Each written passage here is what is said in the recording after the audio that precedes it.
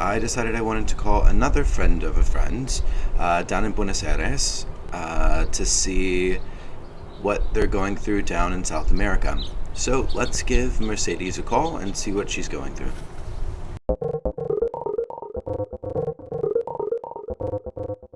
My name is Mercedes Babusci.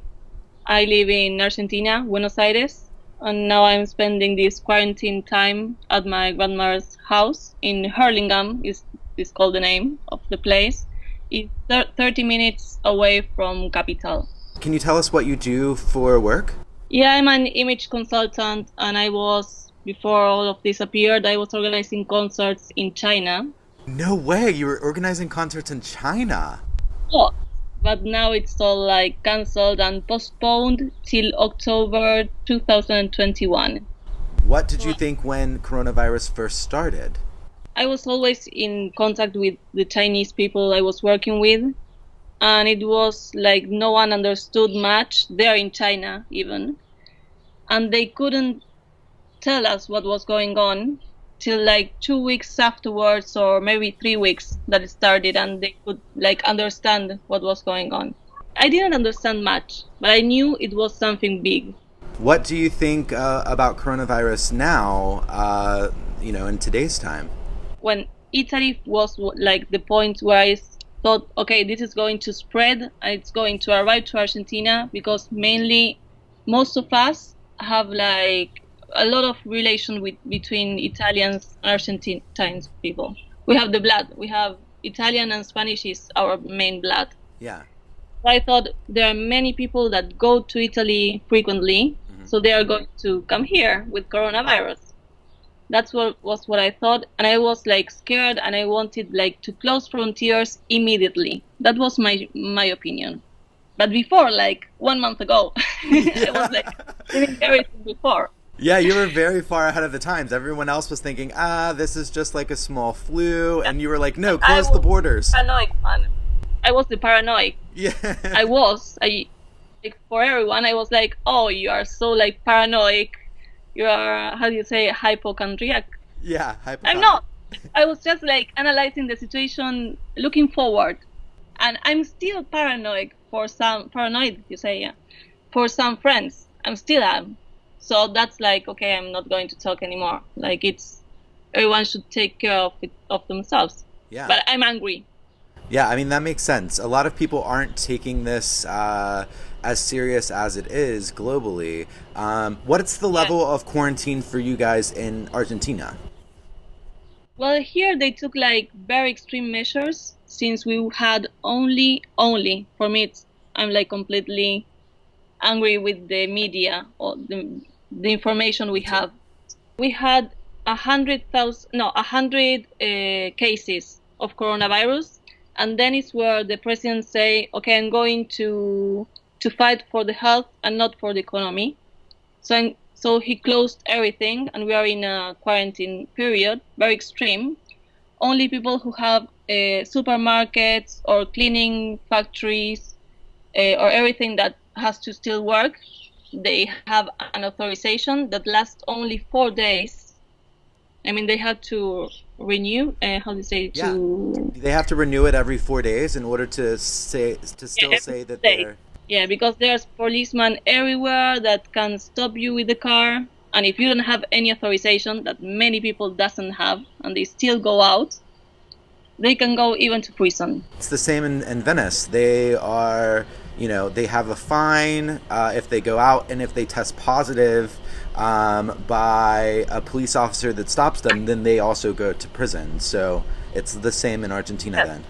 Yeah, there are 4,000 people in prison, 20,000, when fines made. And we have only, supposedly, 589 cases now. Those are really big numbers. I mean, and that all started when? Like, when did your quarantine start? 8 days ago. Only 8 days? 8 days, yes.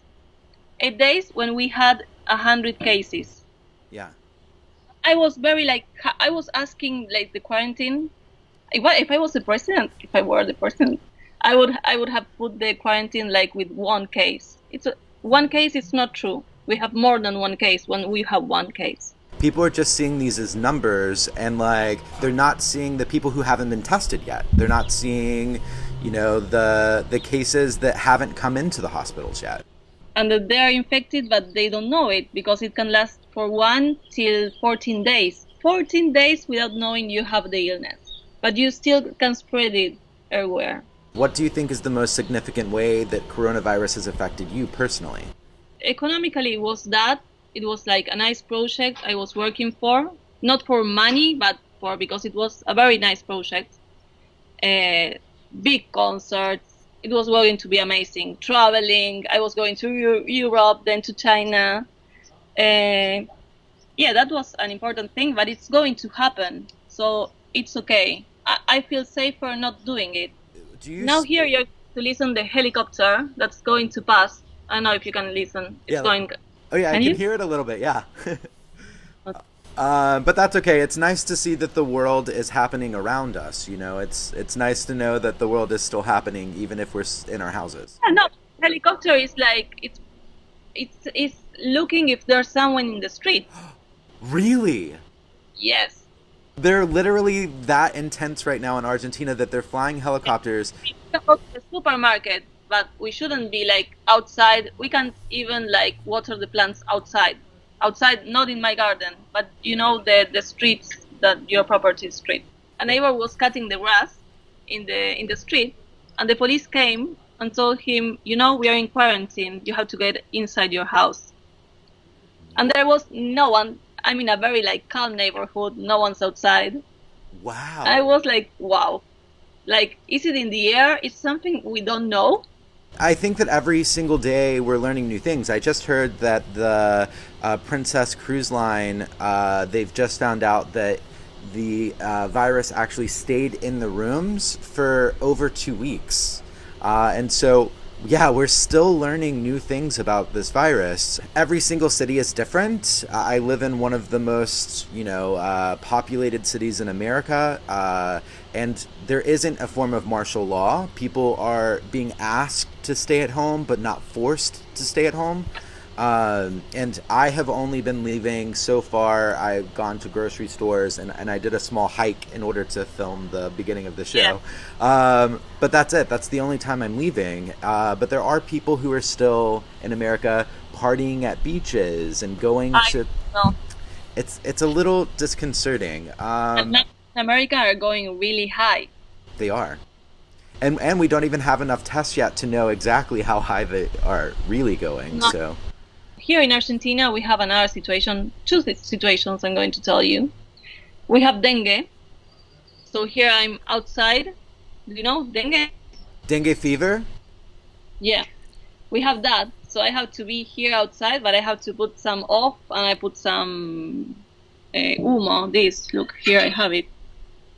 Oh yeah. Do you see? Yeah. We have those too, the little coils. And here we have 4 million people who live in their houses and have no water. So they tell us, okay, you have to wash your hands, you have to clean the surfaces and everything. But these people, if the virus arrived there, it's completely a disaster. In Italy, most people don't go out to eat a lot. They spend a lot of time cooking at home. So I wonder, what is that like in Argentina? Do you spend a lot of time at restaurants? Do you typically cook at home? Well, in the city we have any type of, it's like, we have any type of restaurant. Yeah, we go outside a lot. We cook also. Now everything's closed. We have some deliveries places, even supermarkets have delivery. That's great. But most of the restaurants are closed now. Yeah, everything changed. I'm with my grandma, but I'm not hugging. It's like a distance, just in case, because I go to a supermarket. I clean like everything, even if I'm with her in the house. I go outside to make the groceries or to the pharmacy. And I'm scared. I don't want to hug her. I don't want to kiss her. It's so sad, but also you're doing the right thing by being cautious. What are the supermarkets and pharmacies like in Argentina right now? We have full stock. I prefer to go to small groceries, like here in the neighborhood, where not. If I go, there are maybe 3 people, and we can't go. They allow only 5 people to be inside Yeah. at a time. So I prefer to go there. If not the big supermarkets, they also do the lines outside, and they had to have the 2 meter distance. But there are more people, so I really prefer not to see. Also, on top of that, I mean, you shopping at a local grocery store in your neighborhood helps those small businesses. Yes, I really prefer to go here. And I have it 1 block away, so it's perfect. And I arrive here, of course, I make like, it's a new thing to go to the supermarket because I bring all the things inside to the garden. I wash them with Clorox, every little thing, and then inside the house. What do you think are some of the backlashes that are going to happen due to coronavirus? Yeah, it will affect completely the economy. I know the government, I really don't know in first person, but they are saying they are going to help every poor people or like people who just go outside for the day and have the money to buy the food for that night. You know, they are going to help all of those. But I have no idea. And we are quite like, also they have to help them, because if not, here will be there will be a battle between low classes and medium classes. That's very, very, very interesting. So you think that if this virus spreads into the different economic classes of people and what they are able to afford, then there will be... Yeah, maybe like civil wars. There could be civil wars. Very interesting. Okay. I hope that it doesn't get to that place. No, I hope so too. I wouldn't be so surprised if the government doesn't help these people, Yeah. that they're going to go to supermarkets and steal everything, for example. Yeah, so historically, Argentina is probably known the most in America due to Evita, Eva Perón. Also, I just recently started learning a lot about the dirty wars that happened in Argentina. Due to Gabriel, our mutual friend, we started having a conversation about his life, and I became fascinated with Argentinian history. So you've historically had a very big class divide when it comes to economic prosperity versus the everyday person who is not so economically prosperous, and that group of people is very vocal and also completely willing to take matters in their own hands. If they feel like they're being systematically pushed down, they push back. And so I really do hope that this doesn't cause another ripple within your country. Imagine if my parents like understood about this, and not really, because my father is still working. He's 67 and he owns a cleaning factory enterprise. I don't know how to say it. They offer cleaning products for the food industries. So it's like high now. It's they have to have that. Them all. And I told him, like, I'm very angry with him. Like, please stop working. You have 67 years. He's fat. I mean, it's like, yeah, you have to take care. There is something very beautiful about the fact that he doesn't want to stop working, because he's probably doing what he can to keep his employees working. One thing that is highly needed right now is cleaning for food companies. I mean, that's something that I would consider very essential right now. And so I think that there's a beautiful side of that, but also he needs to think about himself and his own health, and maybe only have work from home and have the people who are younger and able to fight this illness. If even my father doesn't understand this, I can't imagine like the poor people. How are they going to understand like this virus is this powerful? They think it's a flu. What do you think is one downfall that you've noticed in Argentina systematically? There are videos that the police go to poor places, and if there's someone outside or a group of people, they make them do like if they were in the military school, like those kinds of exercises. Really? Just because they were outside. Like going up and down exercises, push-ups. Yeah, wow. All of that. This is kind of an abuse also. I think so too. Like anytime that there is power involved with someone having more power than someone else, especially in like an uncertain time. It's really easy for there to be a little bit of abuse of power. And it's difficult to understand how, if the coronavirus, like, we can control it, how this is going backwards. Is it going to go backwards to the democratic thing we had before, or is it going to continue? What do you think is something that you've been like, I'm really glad to be, Argentinian because of this? I'm glad that I'm in Argentina because they put the measures before, like in 100 cases. Even if I wanted before, I'm glad they did it and not like US or UK, like they arrived to I don't know how many thousands cases, Exactly. and after that, and even maybe not, they didn't lock down. I'm glad that you're in Argentina and you're safe.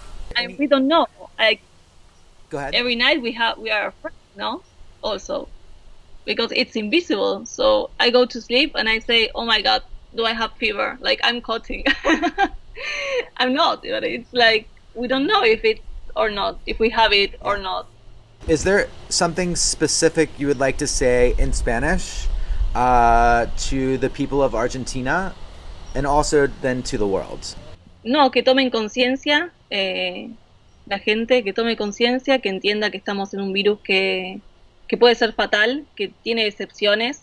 No poner pánico. Me parece que el pánico hay que ponerlo antes de que veamos las consecuencias. Por eso no me parece mal que entendamos bien lo que es este virus y no minimizarlo, sobre todo. Y que se queden en sus casas. Por ahora es la única solución que nos queda. Y que yo creo que lo podemos combatir. Soy optimista, pero se toman medidas a tiempo. Spanish is so much like Italian, so I get to understand a little bit of what you say. Can you tell me what you said in English for all of this people in the world that it's getting smaller and smaller that don't speak Spanish? No, to understand that this virus is like really, it's important that we take it seriously. We shouldn't minimize it, that we should take care just at staying home because it's the only thing we can do. And I'm very optimistic about this. I think we can really like not completely destroy it because it's going to continue, but just control it. I'm very optimistic if we take measures. If we don't take measures, it's going to be a chaos.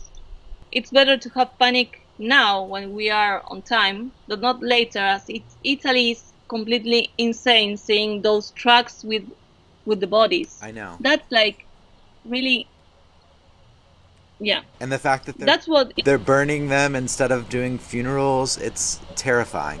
Yeah, but it's the only way when there's a thing like this. So if we can avoid this, why is it that we are not doing it?